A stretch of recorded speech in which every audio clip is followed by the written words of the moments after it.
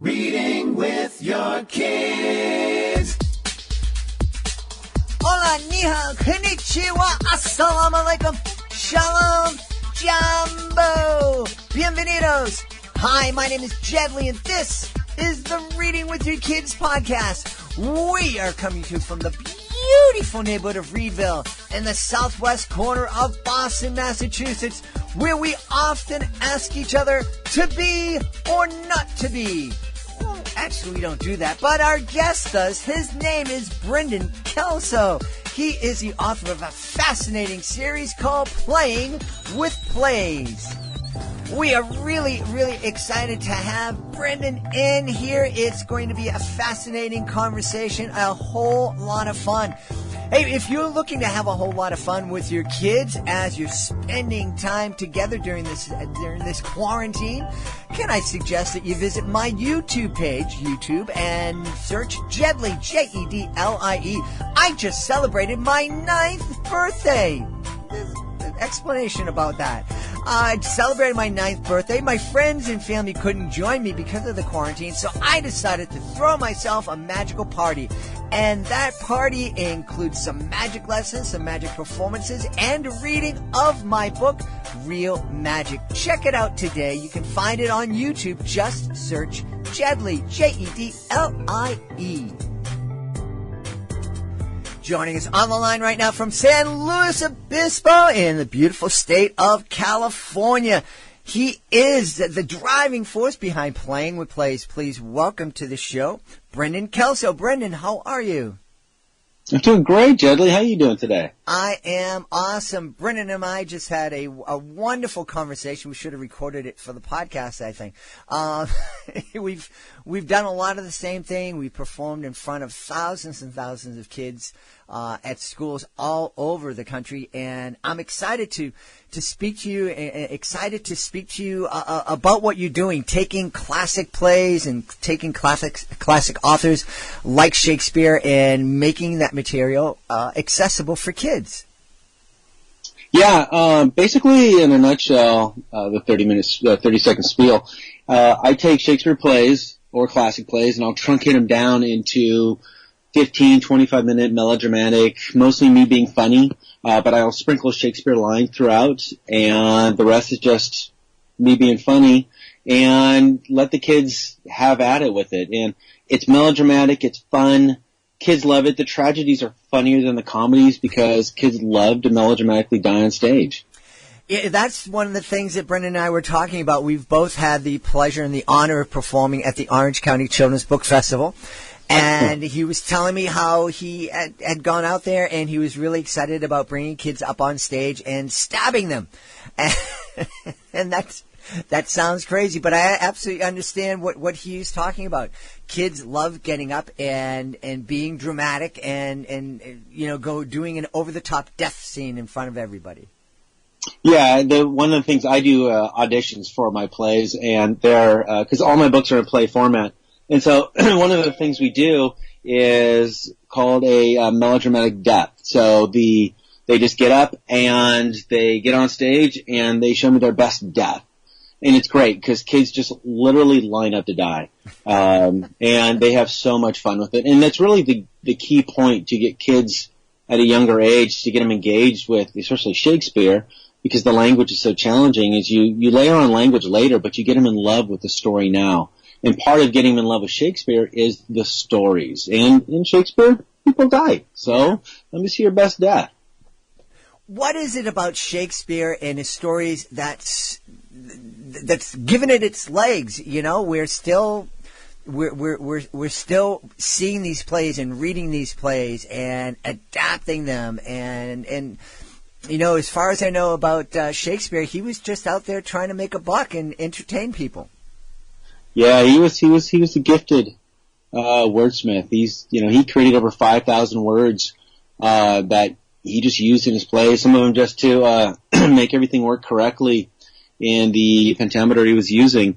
And I mean, he created words that we use today, like obscure, Dalmatian, elbow, eyeball, things that you don't even realize you're using. But the thing about Shakespeare isn't as much the language, although that helps a lot. it's the stories. I mean, if you talk to any good author, but any audience, it's the story that carries everything. Mm-hmm. And when you start listening to the stories, it's pretty amazing. And it's pretty amazing the emotions and the reality of the emotions that he can pull out of both male and female, young and old. And it's very impressive that way, what he did with those stories, and recreating those stories and having the kids just understand the background of the stories and the characters and the storylines and the motivations is how you really start getting them hooked on Shakespeare and thinking Shakespeare's cool. Yeah. Yeah. So the stories endure. The kids today who are so immersed in technology and, they're on making their videos and their TikToks and their Instagrams and the Snapchats. Shakespeare is still relevant for these guys.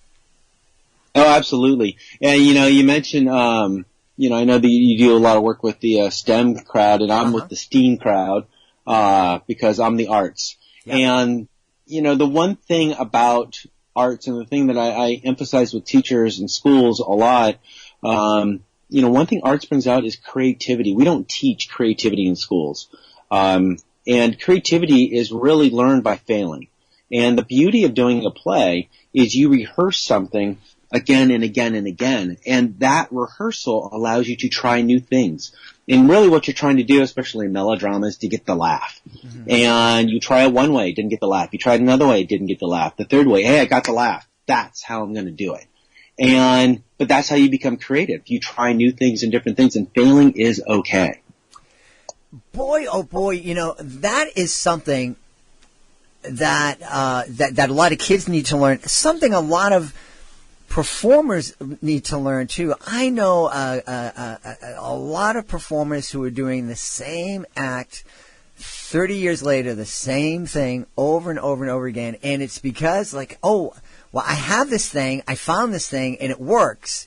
And I don't know when, I don't want to take out something that works to put in something that might not work. And you and I probably both understand that, the first time you bring something to an audience, it's probably going to fail. It's going to land as a dud.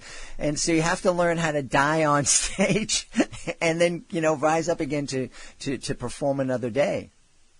Yeah, but you learn from that. Yeah. Every time you do it, you either learn that worked or hey, that didn't work, I'm not going to do it again. Mm-hmm. And it's that is something that, so my background is engineering, and I was in charge of innovation, and that was one of the things that as an innovator, you're always pushing that. You're like, let's try, fail fast, and fail often, because you want to learn quickly if it works or doesn't work, and then go iterate to something else. And in rehearsals, it's no different. I mean, I could say one line 30 different ways, and it's like 5 words, because I put emphasis on different words in different ways. I put pauses in there. I'll use different inflections in my voice.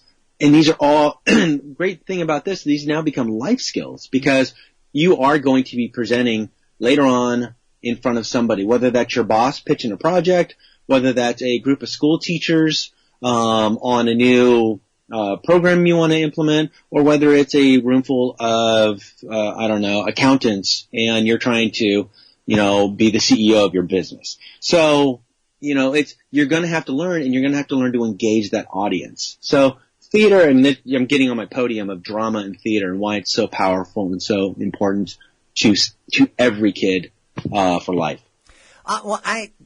You're preaching to the choir here.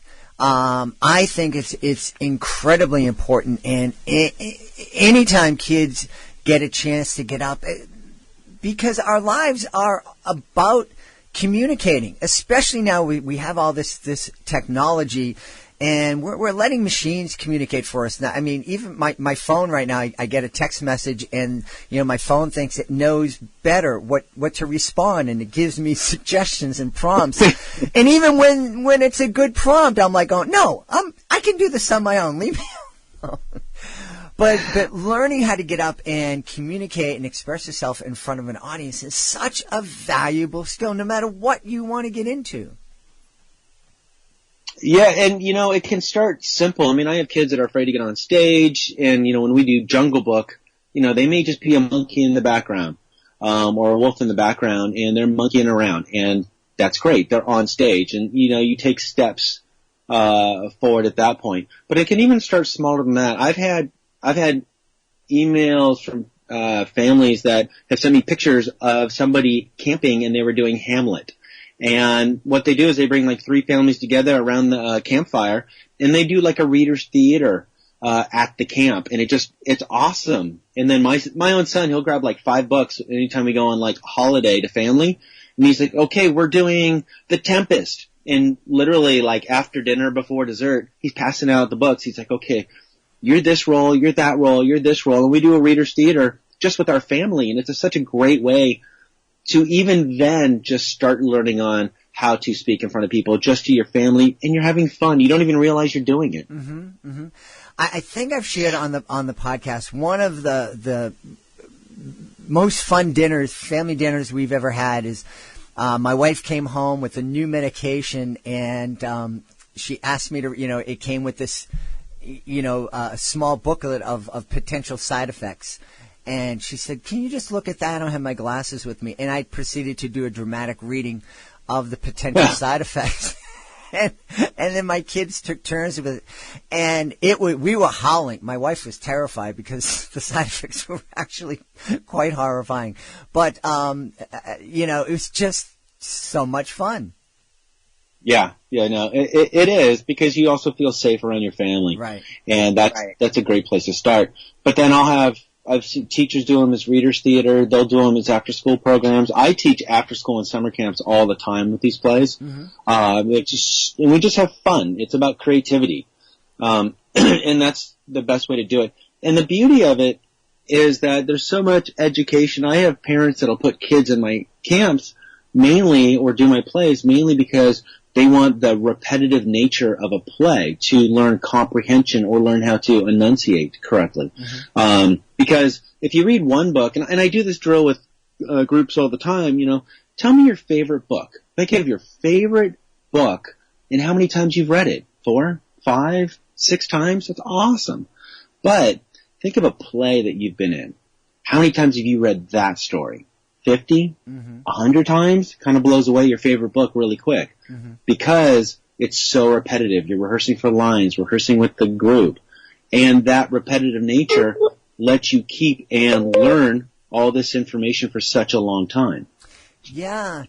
I think, too, people don't understand what a phenomenal experience in teamwork and team building being part of a play is. No, absolutely. That's one of the other, key pieces, is that, when you're on stage or in class, there's no technology devices, because you have to be reading along, figure out, when you come on stage, maybe you're supporting them backstage, helping them to do a costume change. But then again, you're also having to work with them. There's a thing about saying your own line, and then sometimes if you're on stage with 1 or 2 other people, then you got to work with them. And if you can get those dynamics working right, you can really put some good slapstick and funny scenes together, because you have to work together. And those, you can kind of, while you're not on stage, be off stage working with your fellow actors doing that. What was it that took you from the world of engineering into the world of Shakespeare for kids? I'm going to blame my wife. Basically, I had this job, and I had it for a year and a half, and my ADD runs so rampant that if I get bored, I'll just leave a job. I'll give them 2 weeks notice, but I'll leave. Uh-huh. And my son was being born. I'm like, what a great excuse. I'm going to, watch after my son. And so he was born, and at home, and a newborn baby, they sleep a lot. So I got to watch a lot of movies. And my wife came home one day. She says, remember that Hamlet script you did with my middle school kids that you just kind of played with and wrote around? And I'm like, yeah. She's like, well, we do need to make some money, so I signed you up to do the Parks and Rec class. Yeah, Mom, you did what? And next thing I know, I'm teaching Hamlet, and I called it Hamlet in a Can then. I'm teaching Hamlet to this group of kids. And I'd worked her camps before, and I didn't know if I was going to fail or succeed, but I'm like, okay, I'm in it. And I had about 10 kids. And at the end of it, right before we're performing, I looked at it, and the kids looked at me, and they said, so what are we doing next? I'm like, next? And I was like, oh, we're doing Midsummer. And I literally went home that weekend and wrote Midsummer. And at the same time, we performed the Hamlet, and it's like 20 minutes, so it's really funny, really quick. Audience loves it. Kids love it. This one mom came up from a neighboring city, and she's like, hey, this is great. I have a homeschool group up, in this other city. I want you to come and teach our kids this. And I'm like, well, you're kind of far away. And she looked at me and she said, I'm not really asking you. I'm telling you. I'm like, oh, okay. And next thing you know, that happened. And then I had another little theater group. They ended up buying one of my scripts. And at that point I was like, wow, there's potential here. There you go. And so I started masterminding how these books, because the books are very unique. There's 3 plays in every book. And there's one for a small group, a medium group, and a large group. So if you have just 6 or 7 kids, you can make it work. If you have 15 kids, you can make it work. And I allow you to adjust characters and so you can make it work from like 6 to 20 in some cases. Doesn't matter how many kids you have, you can adapt a play to it. And because that was my problem, every time I taught a program, I didn't know how many kids I was going to get. So it needed to be flexible. And there was nothing like that. And so I started playing with it and having fun. And now I'm on my 26th book coming out next week. Wow, that's incredible. It's fun. Yeah, wow, that's so exciting. There must be so many memories, and also if folks are producing your adaptations around the country, different schools, you must have heard some tremendous stories about some of the things that have happened in those productions. Yeah, some of the cool things is there's a group in Scotland. They were doing my Macbeth, and I remember they emailed me and they're like, yeah, we're going to go perform in a castle. I'm like, you're going to perform Macbeth in a castle? How cool is that? I'm like, how'd you get a castle? And she's like, they're all over around here. There's one right down the street. I'm like, oh, okay. And so they sent me a photo of them performing Macbeth in a castle. I'm like, how cool is that? And then I had a group in France, and they did my Romeo and Juliet, and Romeo and Juliet is based in Verona, and she took a group of 20 kids to Verona, flew them to Verona, Italy, to perform my Romeo and Juliet in Verona. Wow. Which is really just awesome. And those are business expenses that I'm like, honey, we gotta do this. Gotta go to Italy. But one of the best is, in Houston, the Houston Independent School District, and theater is big in Texas. And, they started a few years ago, they started the, annual elementary Shakespeare festival, and they do mostly my plays, and 8 schools get together one weekend. And they all do a different play so they can perform in front of each other and just meet each other, see how each other works in the different schools in the district. And they perform 8 different plays every year. And, that one was the coolest for me because it's reaching so many kids, and it's so heartwarming. Yeah. And it's so very, very important. And I think that, unfortunately, and it boggles my mind. The first things that get cut out of school budgets are things like arts and libraries and physical education, and it's those things just support education and creative thinking and thinking so much, and I think. It's real important to learn math. It's really important to learn how to write. But it's everything. You need to have everything, and you need to really support kids' minds growing and learning how to communicate. And so I love the fact that this is happening in places like Texas. But it just really bums me out that. We have to fight for arts programming, arts budgets in schools. Yeah, no. And it's not just us. I mean, London just had a lot of arts programs cut out of theirs. And that's part of the reason I started the group, The Power of Drama in Education. Because, I've been doing this for 10 years, working with teachers literally all over the world. And it's just amazing the stories that I hear and how it's helped kids with special needs, because they can take the story slower, they can digest it and be repetitive with it, with ESL, English as a second language, and I have a kid that I taught, he was adopted from Ukraine, but when he'd read, was very broken. And we would just help him along as he was reading the words. But when he got on stage, because he'd rehearsed and practiced, you couldn't tell there was any accent at all. And so because he was so repetitive, because he had to read through it again and again, and he learned the appropriate ways to read things, so his reading skills went up. And, if it's amazing how powerful it is, and the ability to let you be different and think different is really like what theater can give you. And I tell this to people all the time, anybody, anything that's ever been done that's different and unique in the world has been done by someone who's pushed the edge, pushed the limit, thought differently. And you don't get that by doing the same thing every day. You gotta try something new. And I always tell kids, I'm like, are you getting in trouble? They're like, no. I'm like, well, then you're not trying something new. Let's go try something. And it's important. Oh, I absolutely agree. It is so very, very important. And especially nowadays, I think it's real important to let our kids know that it's okay to think differently. Not only is it okay for you to think differently, but it's okay for somebody else to think differently, and learning to respect the fact that folks have different perspectives and different way of thinking of things, and learning how to grow with each other as we're pushing each other. It's so vital. Yeah, if everybody thought the same way, we'd go nowhere as a world. Yeah. It's only the people that thought different. You look at like the Galileos, and they face persecution to try to tell the world it's we're not the center. Right. And and it's been since and we're the same way now. As soon as someone starts thinking different, we start looking at them differently. Mm-hmm. And there's a fine line between crazy and genius. Mm-hmm.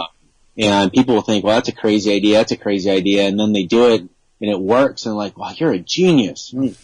Okay.